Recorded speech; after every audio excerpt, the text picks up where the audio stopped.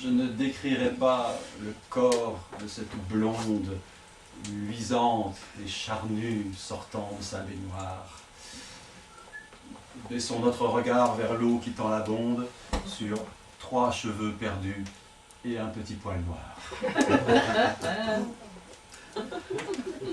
La belle paresseuse, oubliant de rincer, va devant son miroir soigner son apparence. Les déchets capillaires sur l'émail encrassé stagnent, sèchent et s'observent en chien de faïence.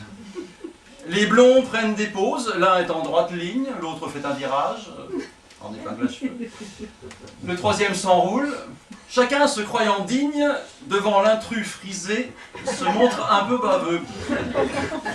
Que fais-tu parmi nous, toi qu'on dirait grillé, alors que dans ce lieu et dans ces circonstances, le malheureux qui tombe a des airs de noyer? La blondeur, la finesse, en un mot l'élégance, voilà qui nous unit, même dans l'agonie. Et tu oses approcher, toi, petit tortillon? D'où t'es-tu échappé? De quel front dégarni? De quelle tête nègre? Ou de quel chouillon? Le pauvre poil pubien conteste l'imposture. Je ne suis, voyez-vous, qu'un voisin du dessous.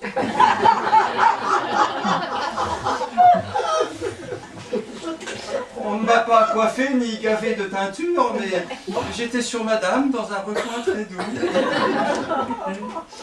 J'ai vécu bien discret, presque toujours caché. Pourtant, j'ai plus que vous eu des moments de gloire. Petit et laid, je fus désiré, recherché, caressé autrement que par un dénuloir. Le soleil et le vent vous rendaient séduisant. Maintenant, égaré au bord de ce tombeau, oubliez votre éclat, ne soyez pas vexants. Finissons bons amis au fond du lavabo. Là, les cheveux, tirés par le raisonnement, ne savent pas répondre. Et quand survient l'averse, ils s'écoulent de mèche avec le filament. L'ultime aspiration noyant la controverse. Les thèmes abordés sont vastes.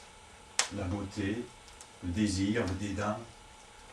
Que penser de l'histoire? Voici, simple et modeste, une moralité.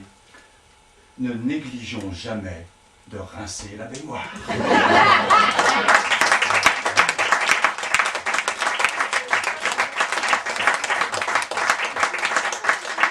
D'accord, je reconnais, la pirouette est facile. Osons même le dire, tiré par les cheveux. On a moins de soucis quand la dame s'épile ou quand le bain est pris par quelques vieux monsieur.